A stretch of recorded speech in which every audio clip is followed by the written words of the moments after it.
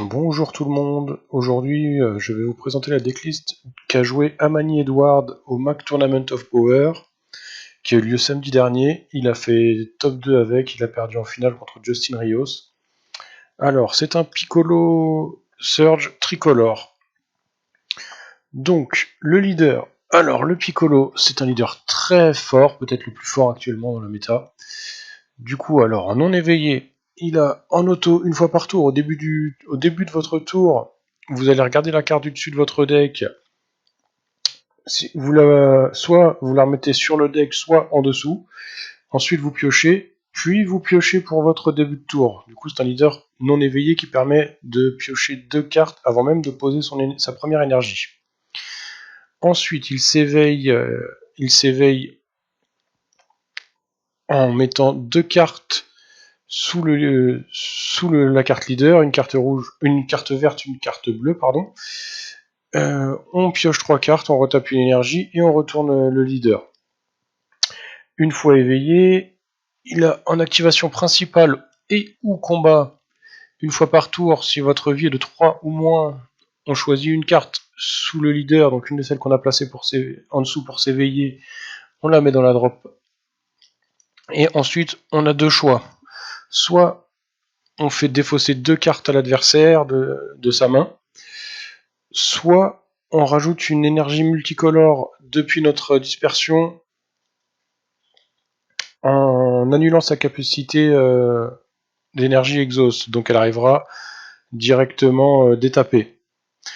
Donc ça veut dire qu'il nous propose 2 solutions de jeu, soit on peut ramp, c'est-à-dire rajouter des énergies pendant son tour, soit on peut contrôler la main adverse. Alors, pour le deck en lui-même, il va reposer en grande partie sur ces 3 cartes.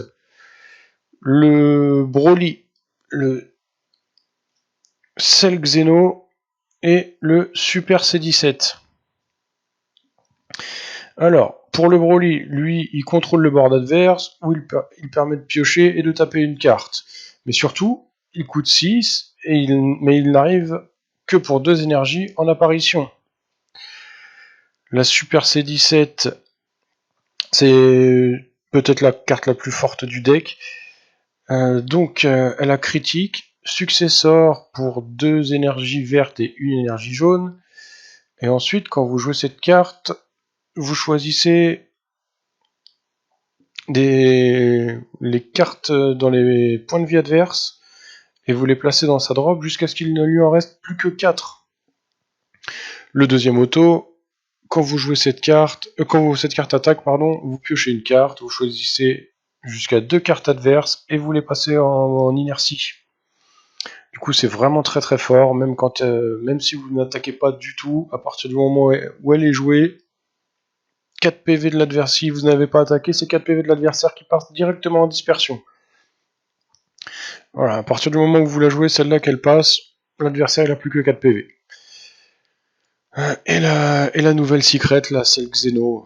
Pareil, une carte extrêmement forte. Elle a déflexion, elle a successor et vous ne payez pas d'énergie. Et en auto, si vous avez 5 énergies ou plus, quand vous la jouez, vous choisissez 3 cartes de la main adverse et vous les placez dans sa dispersion. Et le sel gagne réplique pour la durée du tour. Sachant que la quadruple frappe, ça commence à piquer un petit peu. Donc c'est un deck successor. Donc successor pour les gens qui ne connaissent pas encore, c'est une nouvelle capacité qui va arriver en BT9. Alors pour l'instant, si je ne m'abuse, elle ne concerne que les cartes bicolores vertes et jaunes. Et donc ça dit que on peut choisir n'importe quel nombre de nos cartes de combat uniquement verte, uniquement jaune ou multicolore jaune-verte. Vous ne pouvez pas utiliser de bleu-verte ou de jaune-rouge par exemple. Donc vous choisissez donc n'importe quel nombre de ces cartes dans votre zone de combat. Il faut que le nombre d'énergie des cartes que vous choisissez soit exactement égal en additionnant au coût d'énergie de la carte successeur que vous allez jouer. Donc là, par exemple, pour la Super C17, il faut que, en additionnant toutes les cartes que vous allez placer dans votre dispersion pour la jouer, il faut que ça arrive à 9. 9 énergies. Voilà, et donc, ensuite, pour faire arriver ce C17 très rapidement, on a plusieurs cartes. On a les Android 15 qui sont joués pour une énergie en combotant avec pendant le tour de l'adversaire. Donc en auto, elles ont, si votre leader est vert, ce qui est le cas pour nous, à la fin du combat pendant lequel vous avez fait effectuer une combo avec cette carte depuis votre main, vous jouez cette carte en inertie. Et ensuite, le deuxième auto, c'est un contrôle des points de vie. Donc vous pouvez choisir une ou deux cartes de vos points de vie et les ajouter à votre main. Quand vous jouez cette carte pendant le tour adverse, vous choisissez une de vos énergies vertes et vous la redressez. Et nous avons la pan. Alors la pan, elle se joue gratuitement pendant notre tour d'éveil, enfin au moment où on s'éveille, si on s'éveille avec 2 points de vie ou moins. Donc, du coup, c'est encore une carte à 3 énergies qu'on peut jouer gratuitement. Et nous avons donc le Broly du début qui se joue en Arrival. Donc en Arrival, je rappelle, vous placez dans votre zone de combo une carte verte, une carte jaune ou une bicolore vert-jaune. Vous payez une énergie verte, une énergie jaune et vous pouvez jouer cette Broly pendant votre phase de combo. Donc la Broly, quand elle est jouée ou quand elle est repassée en mode actif par un de vos skills pendant votre tour, vous choisissez soit vous choisissez une carte de combat avec un coût d'énergie plus grand ou égal au nombre d'énergie de votre adversaire et vous la mettez KO, soit vous piochez une carte et vous choisissez une des cartes adverses et vous la passez en mode inertie. Donc du coup, vous la jouez pour 2, elle arrive, vous pouvez faire un combo avec l'Android 15 qui arrive pour 1, ça va très très vite, donc pour 3 énergies, vous pouvez avoir déjà votre Broly qui coûte 6, votre Android qui coûte 3 sur le terrain. Vous n'aurez plus qu'à payer 3 énergies pour faire un successeur, mettre le Broly et l'Android KO, et jouer le Super 17 à la place. Ensuite, pour jouer la Cell Xeno, très simple, hein, vous avez votre Super 17 qui est arrivé en place, boum, vous éveillez 2 points de vie, vous jouez la pan, ou alors vous refaites un combo et vous refaites revenir un Android 15, ça fait 9 plus 3, ça fait 12, pile poil ce qu'il vous faut pour jouer le Cell. Voilà. Alors ensuite, ce deck, pourquoi il est fort aussi? Pour jouer la panse, c'est vraiment très simple parce qu'on a un contrôle des points de vie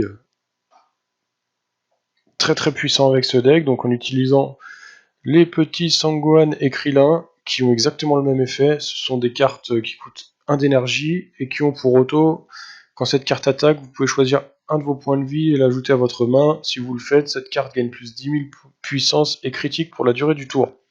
Du coup, les deux, hein, c'est exactement le même effet pour les deux. C'est juste qu'il y en a une qui est verte, une qui est jaune. On met un peu des deux pour faire notre arrival éventuellement.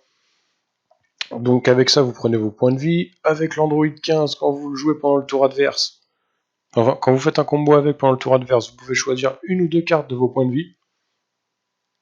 Du coup, c'est pareil, vous pouvez descendre en points de vie, enfin vraiment contrôler vos points de vie très facilement avec ce deck. Descendre à 2, vous éveillez, jouer la pan. Ensuite, on a aussi une très bonne partie contrôle de main adverse, hein, avec donc les 4 super combos C18 qui disent que si votre leader est bleu ou vert, quand vous effectuez une combo avec cette carte depuis votre main, vous choisissez une carte de la main adverse, votre adversaire choisit une carte de sa main et la place sous son deck. Vous avez le Vegeta de Cruel aussi qui permet à la fois, donc c'est un compte mise en jeu que vous jouez pendant le tour adverse. Quand vous jouez, vous mettez KO, vous choisissez une carte. Quand vous choisissez une carte de combat adverse et vous la mettez KO avec un coût d'énergie de 4 ou moins, et votre adversaire choisit une carte de sa main et la place dans sa dimension parallèle.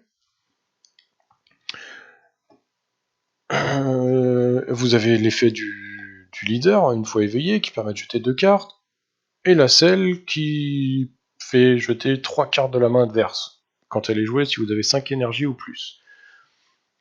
Ensuite on a les classiques, hein, dimension magique, la contre-attaque, la meilleure contre-attaque bleue quand vous avez un leader bleu, hein.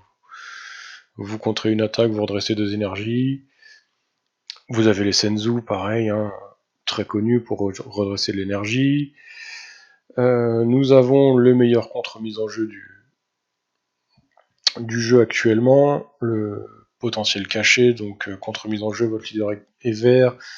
Si la carte de combat jouée a un coût d'énergie de 4 ou moins, elle est placée dans la dispersion de son propriétaire au lieu d'être jouée, et vous choisissez une de vos énergies bleues ou vertes, et vous la passez en mode actif. Vous avez donc la Vegeta dont on a parlé tout à l'heure en contre-mise en jeu, qui va mettre KO une carte. Et vous avez le Champa, donc Champa lui pareil, contre-mise en jeu. Quand votre adversaire déclare une mise en jeu, vous déclarez Champa, qui ne vous coûte que 2 si vous avez une carte multicolore dans vos énergies. Quand vous jouez cette carte, vous choisissez jusqu'à une carte de combat adverse en ignorant barrière, vous la passez en inertie, et vous piochez une carte si c'est le tour adverse. Voilà, et au cas où vraiment la partie dure que votre adversaire arrive à défendre comme il faut, vous avez toujours le fou entouré de mystère, donc qui est un finisher très très fort aussi. Donc lui c'est un espace-temps 10 qui coûte 6 énergies.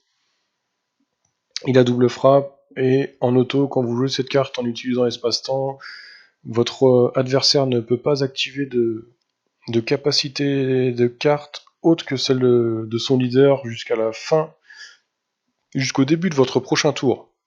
Donc même si jamais vous le tuez pas pendant son tour adverse, il pourra pas activer de capacité.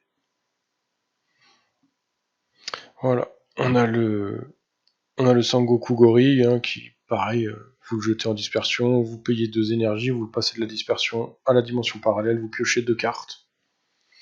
Et donc nous avons les Anilasa vert jaune qui sont les énergies bicolores qui sont jouées en annulant la capacité énergie exhaust si vous avez déjà une énergie verte et jaune dans vos sources d'énergie. Voilà pour cette petite présentation de deck, j'espère que ça vous aura plu. Moi j'ai pu l'essayer un petit peu sur Untap.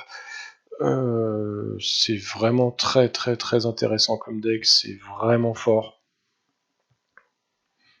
Ça va très vite, c'est très dur à contrôler, on a le meilleur leader du jeu. Je pense, en tout cas elle fait partie des 2 meilleurs secrets du jeu aussi, enfin de l'extension en tout cas. L'Android, le Super 17 qui est une super découverte pour moi, j'avais même pas lu ce que faisait la carte quand je l'ai joué la première fois. C'est extrêmement fort.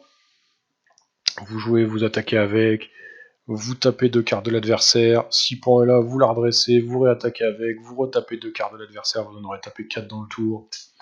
C'est vraiment extrêmement fort. Voilà. Donc, et je pense qu'on en verra dans les régionaux, dans les tournois régionaux qui arrivent avant la sortie de la prochaine Draftbox. Voilà, j'espère que ça vous a plu. J'essaierai d'en refaire d'autres sur les autres decks qui ont top au dernier championnat US. Quand je les aurai aussi un petit peu essayés, que j'aurai compris leur mécanique. Allez, n'hésitez pas à me laisser vos commentaires, à me dire ce que vous en avez pensé, à me dire ce que je pourrais améliorer pour la suite. Voilà, je vous laisse, amusez-vous bien, salut!